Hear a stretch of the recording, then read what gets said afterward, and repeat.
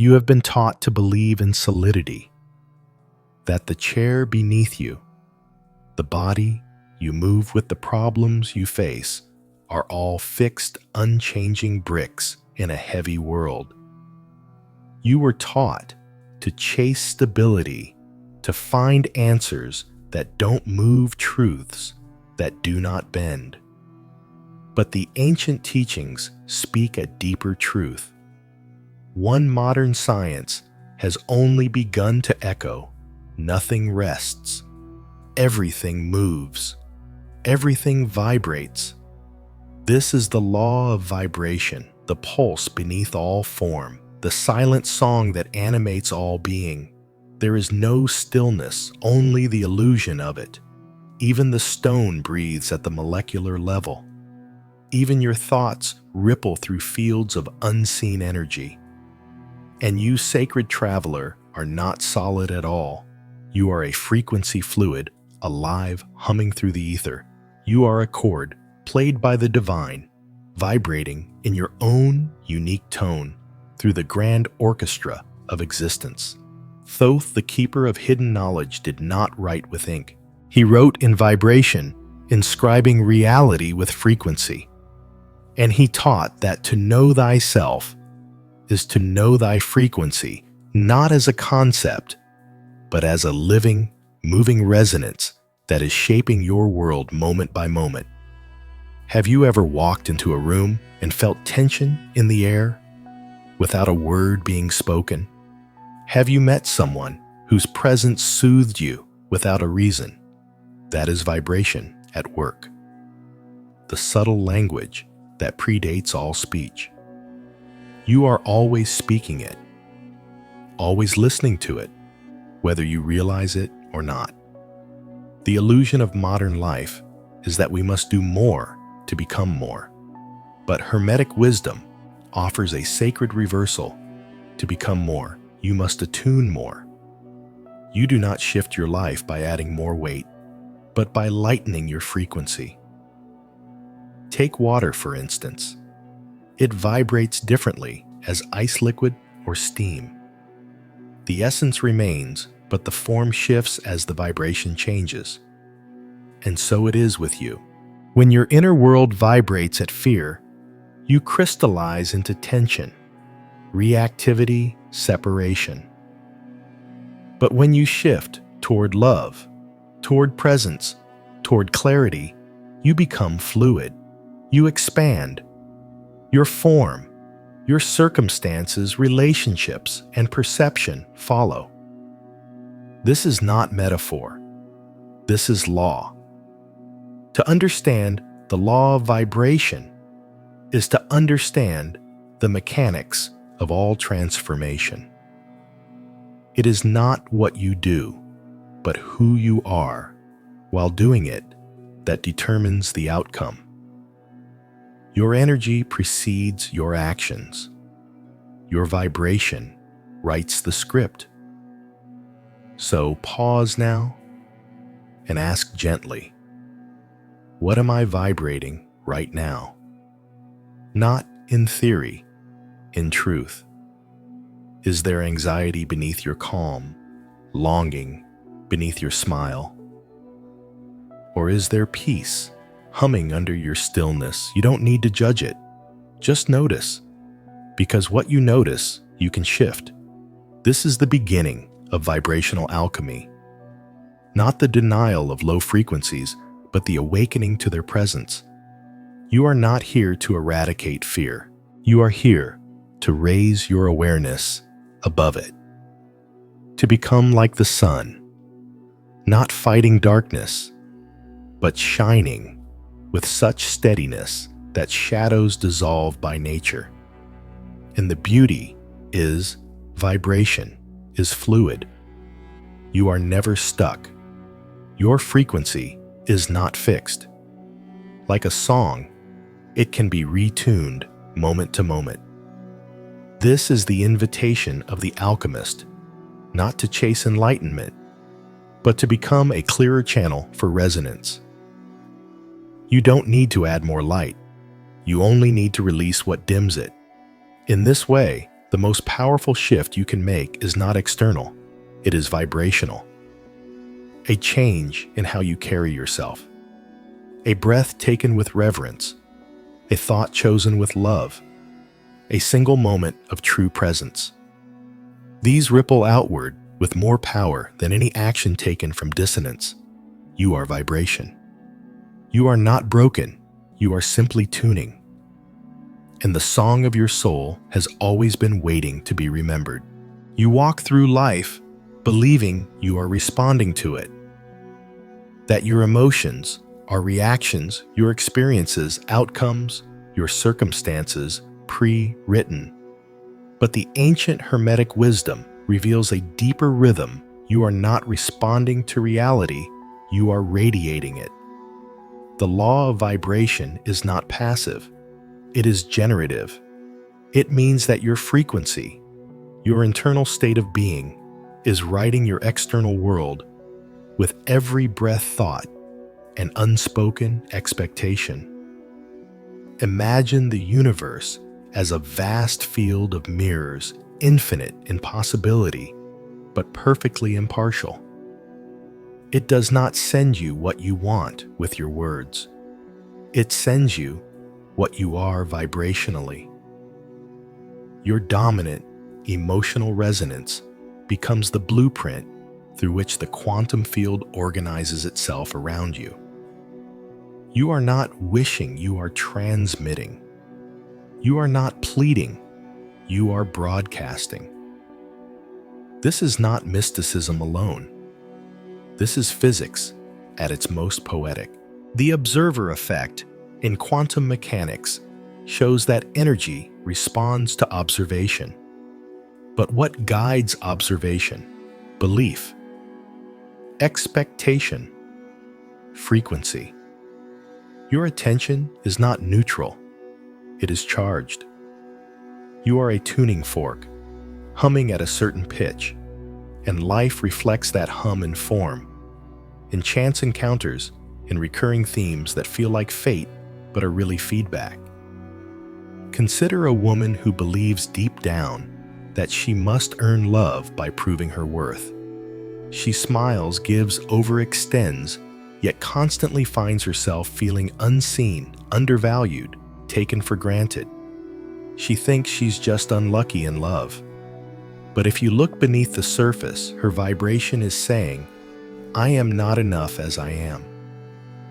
The universe, ever honest, reflects back relationships that mirror this unspoken tone, not to punish, but to reveal. And once revealed, it can be rewritten. This is the grace of vibration. It is malleable. Unlike rigid fate or static karma, frequency responds the moment you do. It is a living conversation. You are not trapped in the echoes of your past. You are creating new reverberations with every shift in belief, every moment of presence, every quiet act of self-honoring. So, how do you become conscious of what you're vibrating? Begin not with affirmations, but with observation. Sit in stillness and ask, what is the felt sense I walk with every day? What feeling do I carry into rooms, into mornings, into silence? Not what you say you feel, but what your body reveals. Your posture, your breath, your tone. These are the signals of your transmission. Then gently trace those signals back to the belief that fuels them. Is it a belief in lack, unworthiness, separation?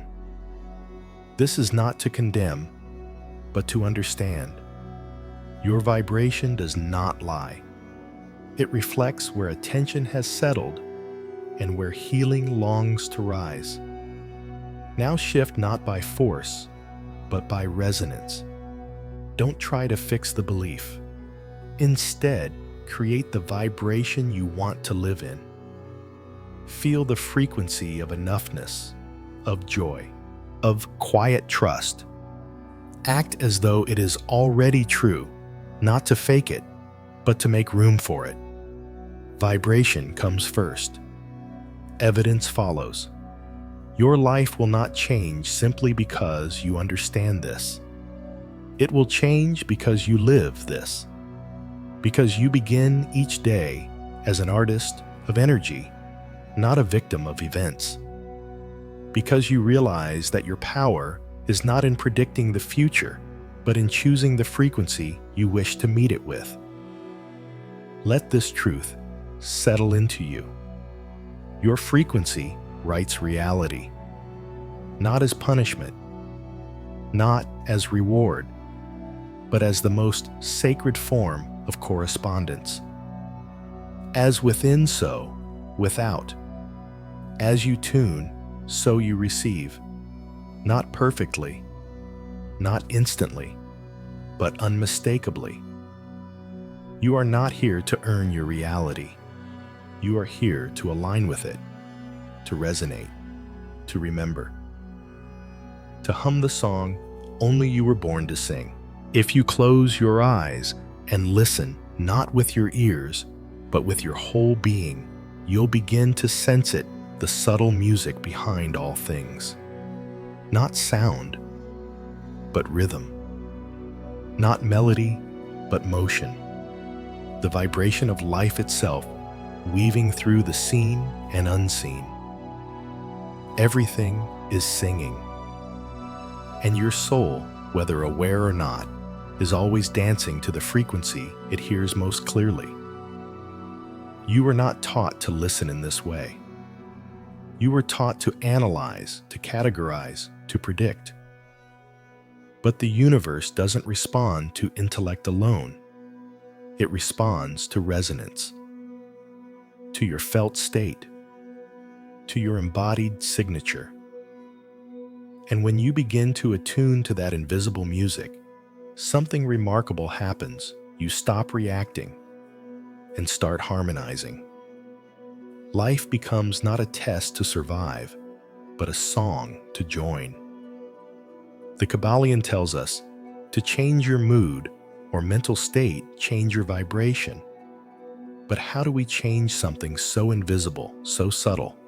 The answer is not to overpower, but to attune, to quiet the static, to remember how to feel not just emotionally, but energetically, to sense the space between words, the tension before a storm, the quiet pull of intuition, guiding you toward or away from something before logic speaks. Attunement begins in stillness, not silence of the world, but silence of the mind. You must slow down to hear your own frequency, to feel whether your thoughts are sharp or soft, whether your emotions hum in harmony or rattle in dissonance. This isn't judgment, it's presence. The same way a musician listens before tuning their instrument, you must feel your own inner tone before you can shift it. Think of your life as a stringed instrument. When you are in alignment, the notes are clear, effortless, radiant. But when you're out of tune, pushing, resisting, doubting, the sound distorts. No amount of effort can replace resonance. You don't need to try harder. You need to tune deeper. A man once told me he kept hitting walls in his career. Opportunities would arise, then fall apart. He believed he lacked strategy. But when we tuned into his frequency, we found a deep vibration of unworthiness humming beneath his ambition. His actions were correct, but his resonance was rejection. He wasn't aware of it, but the field was. Once he began attuning to joy, worth, and simplicity without needing results, everything changed. The music aligned and life followed. To live as an alchemist of vibration is to move through the world like a harp, sensitive, intentional, aware. It means noticing when something feels off without needing to explain it. It means trusting your energetic alignment over surface appearances. It means knowing that every room, every person, every choice has a frequency, and your job is not to judge them, but to feel. Does this amplify my harmony or diminish it? This is not selfish. It is sacred. When you are in tune, you become a healing note in the symphony of life. Others feel it. Doors open. Resistance softens because harmony attracts harmony. Start small. Begin your day with a single vibration, not a to-do list, but a tone. Peace, gratitude, curiosity. Let it shape your breath, your steps, your voice. If you fall out of tune, and you will simply pause, breathe, reattune. Like a musician, mid-song, you do not panic.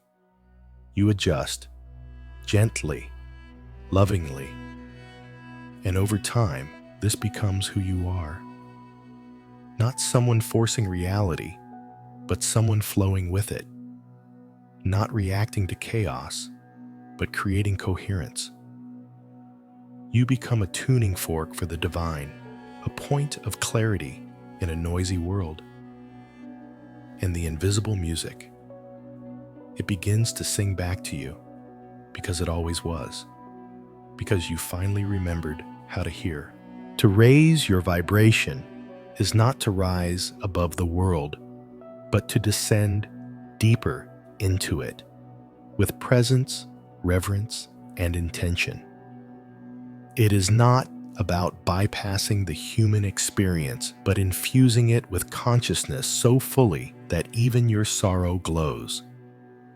You are not trying to escape density. You are learning to transmute it into clarity. And you do this not by chance, but by choice. Every moment offers a fork in the road. Will you spiral inward in fear or spiral upward in remembrance? Will you feed the frequency of lack, or will you breathe into the vibration of sufficiency? These are not philosophical questions. They are energetic decisions. And your power lies not in resisting what is, but in choosing how you meet it. The law of vibration teaches that higher frequencies carry greater coherence. Joy is expansive. Gratitude opens. Love integrates. When you embody these states, you create a vibrational field that organizes your reality differently. You begin to walk into spaces and shift the atmosphere, not because you're trying to change others, but because your frequency is anchored in truth. But what does it mean practically to raise your vibration? It begins with awareness, returning to your inner tone as you did before. Then comes intention. What frequency do I choose now? This is not about pretending to be happy. It's about tuning into the frequency that supports your wholeness in this moment. If grief is here, perhaps the higher vibration is not joy, but honesty. If confusion is here, perhaps the shift is into humility, curiosity, wonder. Vibration is not a mask. It is a mirror. You cannot fake it, and you don't need to. Raising your vibration does not mean jumping from despair to ecstasy. It means taking the next accessible step, from overwhelm to breath, from breath to presence, from presence to peace. Each moment, a gentle elevation. No leap required, just direction. One of the most powerful tools of vibrational shift is ritual. Not in the grand ceremonial sense, though those too have power, but in the quiet, consistent acts of energy alignment. Speaking blessings over your food. Placing your hand on your heart before a conversation. Lighting a candle before sleep and whispering, "I return to wholeness." These are not habits. They are frequency codes. They signal to the universe and to your cells that you are remembering the truth of who you are. And then there is movement, sound, expression, dance, laughter, stillness. All of these are tools for energetic elevation. Let your body become the altar. Let your breath become the incense. Let your words be spells, not ones you chant, but ones you live. A young man once shared with me that he felt invisible. In friendships, at work, even in love, he always felt unseen. When we traced his pattern, we found a deep, silent belief: I don't matter. And so, his vibration, though soft, was fogged with resignation. He didn't need louder actions. He needed a clearer frequency. He began waking each day with one intention: I am visible to myself. He wrote it, sang it, walked with it, spoke it into his tea. And over time, something shifted, not just outside, but within. He began to meet his own gaze. Others followed. This is the invitation to raise your vibration, not through willpower, but through devotion. To stop asking life to give you what you haven't yet given yourself. To stop waiting for proof, and instead become the proof through frequency. So today choose your tone, not just in the morning, but in each breath. Ask yourself, what am I harmonizing with right now? If it is fear, breathe. If it is doubt, pause. If it is love, expand. Every moment is a tuning. And remember, the goal is not perfection. The goal is resonance. You are not here to stay high. You are here to rise again and again, gracefully, courageously, consciously. Because your vibration is not just how you feel. It is who you are becoming. There comes a moment, quiet and unmistakable, when you no longer seek to use the law of vibration. You begin to embody it. Not as a technique, but as a state of being. Not to manifest outcomes, but to live in alignment with the divine hum that created the stars. You realize then that you are not just a soul in a body. You are a note in the cosmic symphony, a tuning fork through which the invisible becomes audible, visible, tangible. To live this way is to become deeply responsible, not in the heavy sense, but in the holy one. You carry the awareness that your presence radiates, that your frequency has weight, that your silence speaks. And so you walk with intention, not urgency, with gentleness, not force, because you understand now that the energy you bring is the offering. Thoth taught that all is vibration, and therefore all is connected. When you shift, the grid shifts. When you elevate your frequency, you contribute to the healing of the collective, not through preaching, but through presence. You do not need to convince anyone. Your vibration speaks on your behalf. It says, peace is possible. Wholeness is real. Love lives here.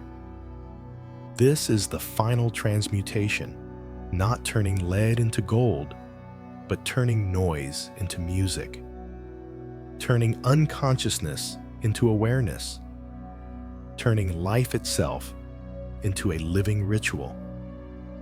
The tuning fork does not try to resonate. It simply does. Its purity is its power. And so too, your most potent frequency arises not from effort, but from coherence. When your thoughts, emotions, and actions are in harmony, you become a conduit for something far greater than yourself. You become an instrument of truth. How does this look in daily life? It looks like pausing before you speak, not to edit yourself, but to align your words with your soul. It looks like walking into conflict, not with the need to win, but with the vibration of understanding. It looks like choosing presence over performance, silence over reaction, trust over tension. And yes, it looks like forgetting sometimes, falling out of tune. That too is part of the music. Even the most sacred instruments go out of alignment. What matters is your willingness to retune, to forgive the dissonance, to begin again. A woman once told me she felt lost in motherhood, like she had forgotten who she was. Every day blurred into service, and her vibration felt dulled. I asked her not what she wanted to do, but what she wanted to feel. She said, "I want to feel sacred again." That became her compass. She didn't change her life, she changed her frequency. She began cooking with reverence, dressing with intention, lighting candles even when no one saw. And slowly, her vibration rose not away from her life, but into it. This is the miracle of vibrational embodiment. You don't need to escape to find divinity. You bring it into everything you touch: your home, your breath, your gaze, your laughter. You become the flame that remembers it is light. You become the tuning fork of the divine, not always loud, but always true. And others will feel it not in your words, but in your stillness, in your grounded joy, in the way your presence feels like home. You do not need to be perfect. You only need to be resonant.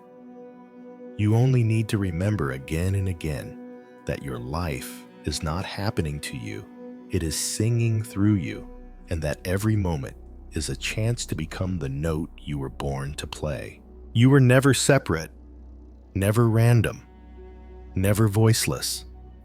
You are and always have been a vibration in the vast field of the all resonating remembering, returning to yourself in wave after wave of awakening. The law of vibration is not merely a principle to understand, it is a way to be, a way to rise each day and ask, not what do I have to do, but who am I choosing to be, in frequency, in feeling and presence. You are not a fragment drifting through space. You are the sacred pulse of consciousness unfolding. What you feel matters. What you think sends ripples. What you choose moment by moment becomes your song. And that song shapes your reality, not with force, but with the grace of resonance. So live as the instrument you are. Tune daily. Forgive the off notes. Play from your truth. Let others feel your music, not because it's loud, but because it's real. And if this journey stirred something within you, if it helped you remember the sacred hum beneath your story, then leave a comment below. Let your resonance ripple. Subscribe if you wish to continue walking this path of inner alchemy and conscious creation. This is not the end. This is your return to the sound of who you truly are.